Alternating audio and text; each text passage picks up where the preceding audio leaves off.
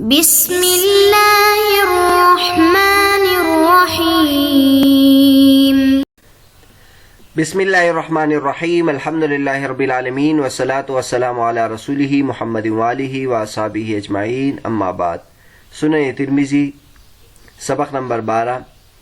آج کے سبق کا عنوان ہے امام ترمذی رحمۃ اللہ کا فقہی مسلک، شیوخ، شاگرد اور تالیفات۔ مقدمہ چل رہا تھا اور مقدمے میں علم الحدیث سے متعلق امور گزر چکے۔ اس کے بعد امام ترمذی رحمۃ اللہ علیہ کے تعارف سے متعلق امور ذکر کیے جا رہے ہیں۔ پچھلے سبق میں ہم نے امام ترمذی رحمۃ اللہ علیہ کے حالات سے متعلق ابتدائی باتیں ذکر کی تھی۔ آج کے سبق میں ہم امام ترمذی رحمۃ اللہ کے حالات سے متعلق دیگر باتیں ذکر کرتے ہیں۔ امام ترمذی رحمۃ اللہ کا فقہی مسلک کیا تھا، اس کے بارے میں بھی بات کرتے ہیں۔ بعض حضرات کہتے ہیں کہ امام ترمذی رحمۃ اللہ شافعی المذہب تھے، جیسے کہ علامہ انور شاہ کشمیری رحمۃ اللہ علیہ نے فرمایا ہے۔ بعض حضرات نے ان کو حنبلی المذہب قرار دیا ہے، لیکن صحیح ہے کہ وہ مجتہد تھے۔ چنانچہ علامہ نور الدین ترسا فرماتے ہیں کہ 30ویں صدی میں اگرچہ تقلید کا دور شروع ہو گیا تھا، لیکن اجتہاد کا دور مکمل طور پر ختم نہیں ہوا تھا۔ امام ترمذی رحمۃ اللہ علیہ وغیرہ محدثین کے سامنے چونکہ احادیث و آثار کا تمام ذخیرہ تھا، اس لیے ایک مجتہد کے انداز سے اس سے استفادہ کرتے تھے۔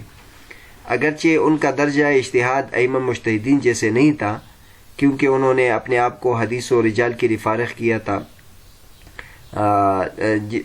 حدیث و رجال میں مصروفیت کی وجہ سے جس طرح کے دیگر مجتہدین نے فقہی اجتہادات کیے تھے، اس طرح ان کے اجتہادات تو نہیں ہیں، لیکن بہرحال ان کو اس طرح عام مقلد کا درجہ نہیں دیا جا سکتا کہ جس طرح کے دیگر مقلدین تھے اس طرح امام ترمذی رحمۃ اللہ علیہ بھی تھے، بلکہ نہیں۔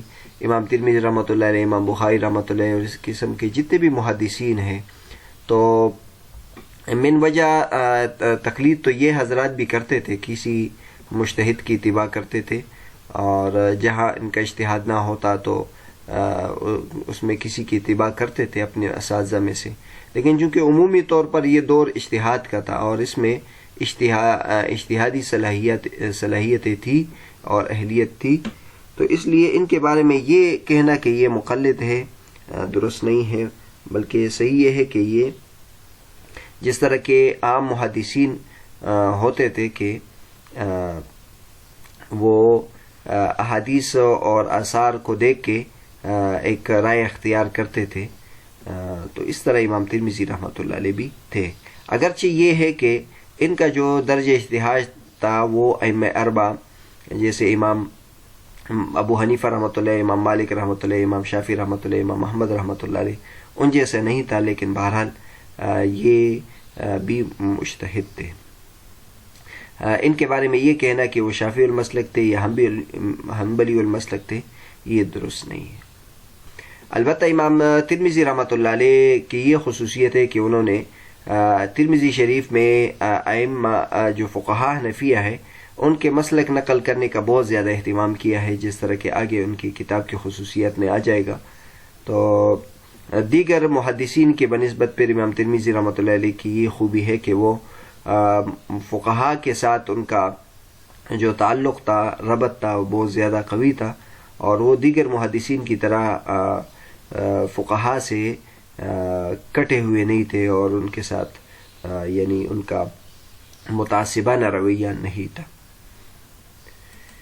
اس کے بعد ہم امام ترمذی رحمۃ اللہ کے شیوخ کو دیکھ لیں۔ امام ترمذی رحمۃ اللہ کے شیوخ تو بہت زیادہ ہیں، لیکن جن شیوخ سے انہوں نے اپنی اس کتاب میں یعنی سنن ترمذی شریف میں یا جامع ترمذی میں بہت زیادہ روایات نقل کی، ان کی فہرست آپ کے سامنے ذکر کی جاتی ہے۔ نمبر 1 قتیبہ بن سعید بن جمیل بن طریف بن عبداللہ ابو رجاء الثقفی البلخی البغلانی، ان سے امام ترمذی رحمۃ اللہ علیہ نے 605 روایات نقل کی ہے۔ دوسرے نمبر پر محمد بن بشار بن عثمان بن داود بن کیسان ابو بکر العبدی مولاہم البصری بندار، ان سے امام ترمذی رحمۃ اللہ علیہ نے 467 احادیث نقل کی ہیں۔ تیسرے نمبر پر محمود بن غیلان ابو احمد العدوی مولاہم المروزی البغدادی، ان سے 303 روایات احادیث امام ترمذی رحمۃ اللہ علیہ نے نقل کی ہے۔ حناد بن السری بن مصعب بن ابی بکر بن شبر ابو السری التمیمی الحنظلی الدارمی الکوفی الحافظ الزاہد الوراق، جن کا لقب راہب الکوفہ تھا، ان سے 288 احادیث نقل کی ہے۔ اسی طرح 5ویں نمبر پر احمد بن منی بن عبد الرحمن ابو جعفر البغوی البغدادی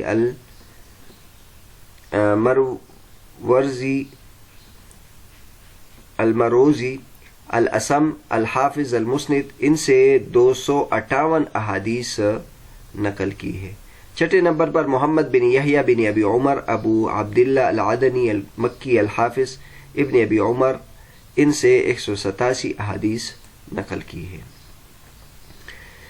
7ویں نمبر پر محمد بن علاء بن قریب ابو قریب الحمدانی الکوفی الحافظ ابن العلاء، ان سے 179 احادیث نقل کی ہے۔ 8ویں نمبر پر علی بن حجر بن ایاس بن مقاتل بن مخادش ابو الحسن السعدی المروزی البغدادی الحافظ، ان سے 174 احادیث نقل کی ہے۔ 9 نمبر عبد بن حمید بن نصر ابو محمد الکسی یقال الکشی، کسی بھی کہا جاتا ہے اور کشی بھی، ان کا نام عبد الحمید تھا، ان سے 167 احادیث نقل کی ہے۔ 10ویں نمبر پر اسحاق بن موسیٰ بن عبداللہ بن موسیٰ بن عبداللہ ابو موسیٰ الانصاری الختمی، ان سے 99 حدیث نقل کی ہے۔ 11ویں نمبر پر الحسن بن علی بن محمد ابو محمد الحزلی الریحانی الحلوانی الخلال الحافظ، ان سے 94 حدیث نقل کی ہے۔ 12ویں نمبر پر سوید ابن نصر ابن سوید ابو الفضل القرشی المروزی التوسانی، جن شاہ کے ساتھ یہ مشہور تھے، ان سے 88 احادیث نقل کی ہے۔ 13 نمبر پر محمد بن المثنى بن عبید بن قیس بن دینار ابو موسیٰ العنزی البصری الحافظ ابن المثنى المعروف بزمن، ان سے 80 احادیث نقل کی ہے۔ 14 نمبر حسین ابن حریث ابن حسن ابن ثابت بن قدوہ ابو عمار الخزائی مولاہم القحطبی السیقزنجی المروزی، عمران بن حسین رضی اللہ تعالیٰ عنہ کے مولا تھے، ان سے 68 احادیث نقل کی ہے۔ 15 نمبر پر عبداللہ بن عبد الرحمن بن الفضل بن بہرام بن عبد الصمد ابو محمد التمیمی السمرقندی الدارمی الحافظ، جو مسند دارمی والے ہیں، ان سے 64 احادیث نقل کی ہیں۔ 16 نمبر پر یحییٰ بن موسیٰ بن عبد ربہ بن سالم ابو زکریہ الحدانی بلخی السختیانی الکوفی، ان سے 58 احادیث نقل کی ہیں۔ 17 نمبر سفیان بن وکیع بن الجراح بن ملیح ابو محمد رؤاسی الکوفی، ان سے 58 احادیث نقل کی ہیں۔ 18 نمبر نصر بن علی بن نصر بن علی بن صحبان بن ابو عمر الازدی الجہزمی البصری الصغیر، ان سے 58 حدیث نقل کی ہے۔ 19 نمبر اسحاق بن موسیٰ بن بہرام ابو یعقوب التمیمی المروزی الکوسج ابن منصور، ان سے 55 حدیث نقل کی ہے۔ 20 نمبر محمد بن اسماعیل بن ابراہیم بن المغیر ابو عبداللہ الجوفی مولاہم البخاری، ان سے 54 حدیث نقل کی ہے۔ اس کے علاوہ 193 شیوخ ہیں جن سے امام ترمذی رحمۃ اللہ علیہ نے احادیث نقل کی ہے، تقریباً 50 سے کم احادیث۔ تو یہ امام ترمذی رحمۃ اللہ علیہ کے شیوخ تو ویسے بہت زیادہ تھے، لیکن 20 وہ شیوخ جن سے زیادہ امام ترمذی رحمۃ اللہ علیہ نے استفادہ کیا، ان کا ذکر آپ کے سامنے کر دیا ہے۔ امام ترمذی رحمۃ اللہ کے شاگرد امام ترمذی رحمۃ اللہ علیہ نے جب علم حاصل کیا تو اس کے بعد اس کے پھیلانے میں مشہور ہو گئے تھے۔ اللہ تبارک و تعالیٰ نے ان کو ایسے شاگرد دیے جنہوں نے ان سے خوب استفادہ کیا۔ امام ترمذی رحمۃ اللہ کی کئی شاگرد ہیں، لیکن ان میں سے چند مشہور یہ ہیں۔ نمبر 1 ابو العباس محمد بن احمد بن محبوب المحبوبی المروزی، یہ جامع ترمذی کے راوی ہیں۔ 2 نمبر ابو سعید الحیثم بن کلیب الشاشی الحافظ، یہ شمائل کے راوی ہیں۔ 3 نمبر ابو حامد احمد بن عبداللہ بن داود المروزی التاجر۔ 4 نمبر احمد بن یوسف النصفی، 5 نمبر ابو الحارث اسد ابن حمدوی النصفی، اور 6 نمبر داود ابن نصر ابن سہیل البزدوی، 7ویں نمبر پر عبد ابن محمد بن محمود النصفی، 8 نمبر محمد بن ابراہیم ابو ذر الترمذی، 9 نمبر ابو جعفر محمد بن سفیان بن ززر النصفی، 10 نمبر ابو الفضل محمد بن محمود بن عنبر النصفی، 11 محمد بن مکی بن نوح النصفی، 12 محمد بن المنذر بن سعید الحروی، 13 نمبر محمود بن عنبر النصفی۔ یہ ان کے امام ترمذی رحمۃ اللہ علیہ کے شاگرد تھے۔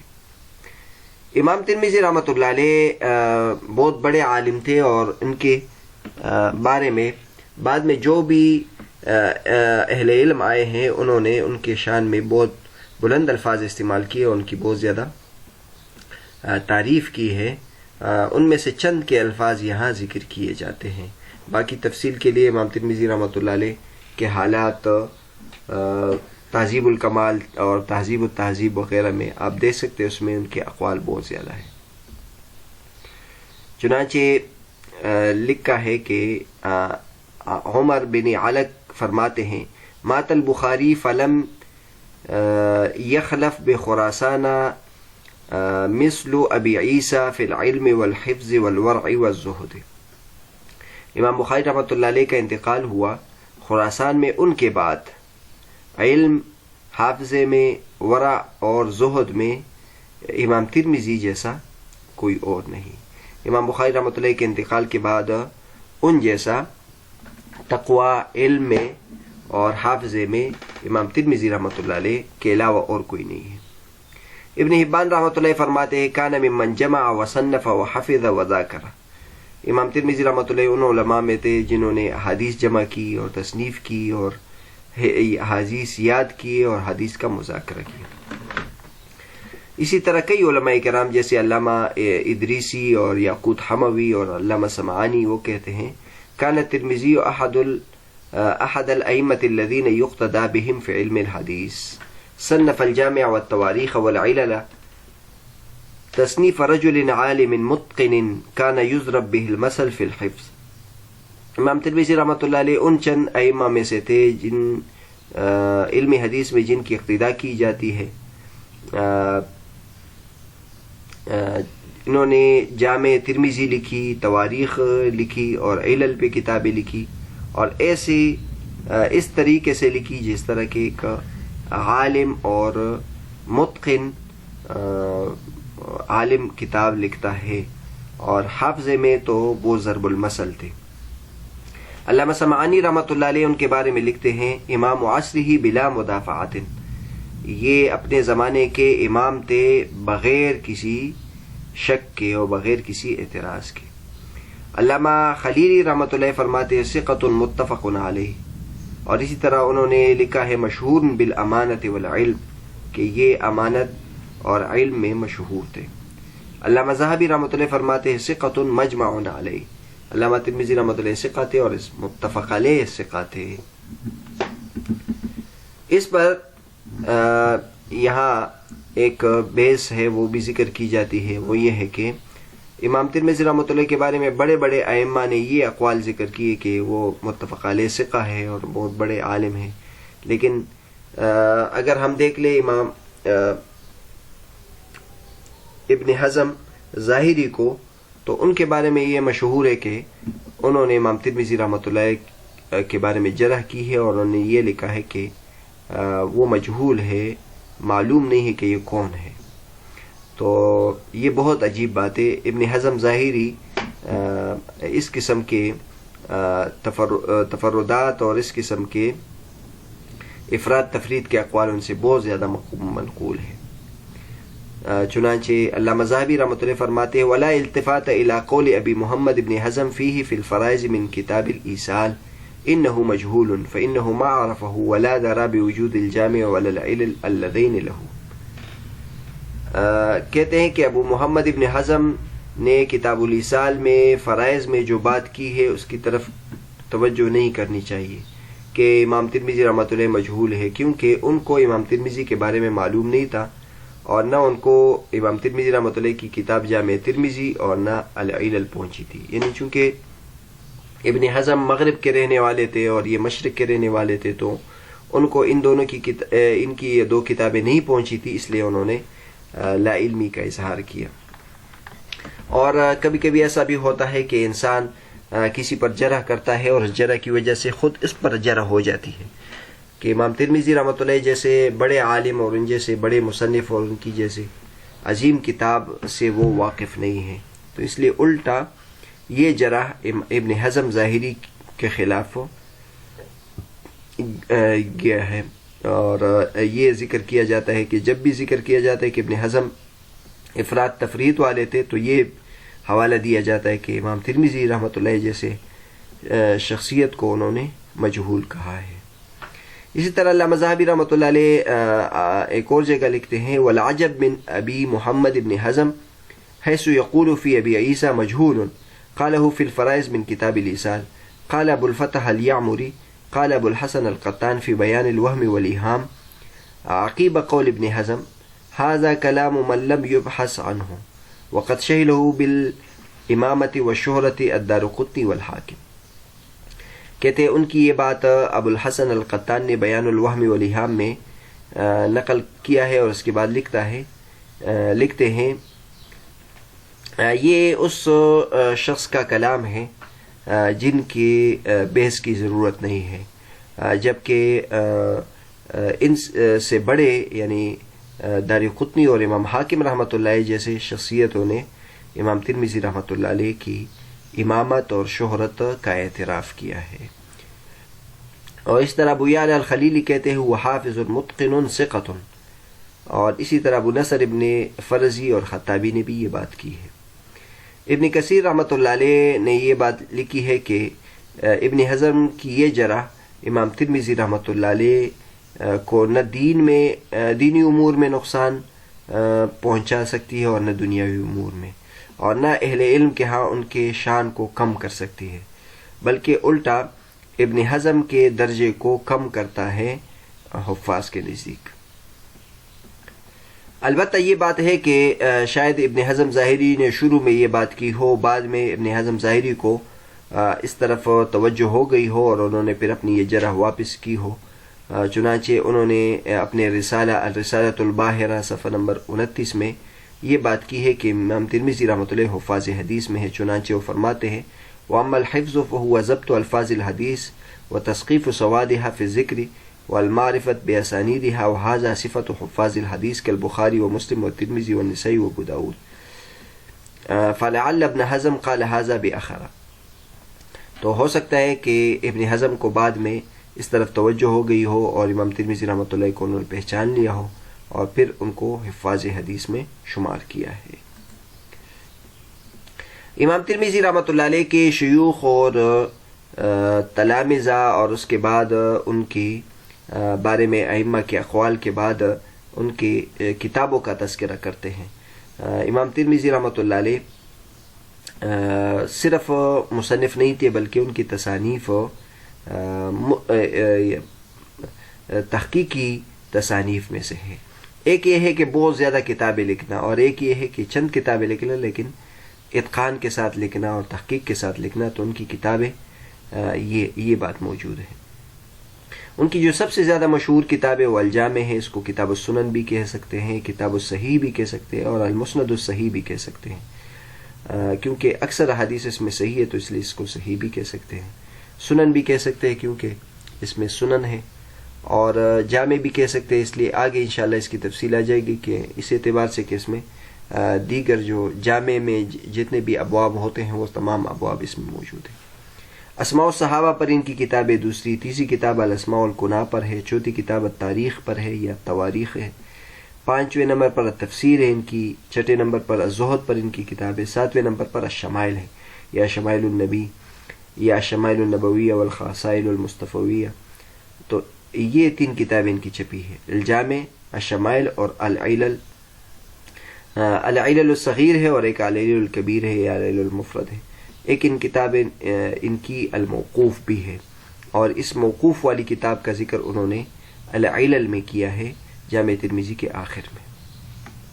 تو بہرحال آج کے سبق میں ہم نے امام ترمذی رحمۃ اللہ علیہ کے حالات سے متعلق ان کا فقہی مسلک، ان کے شیوخ، ان کے شاگرد اور ان کی تالیفات کا ذکر کیا.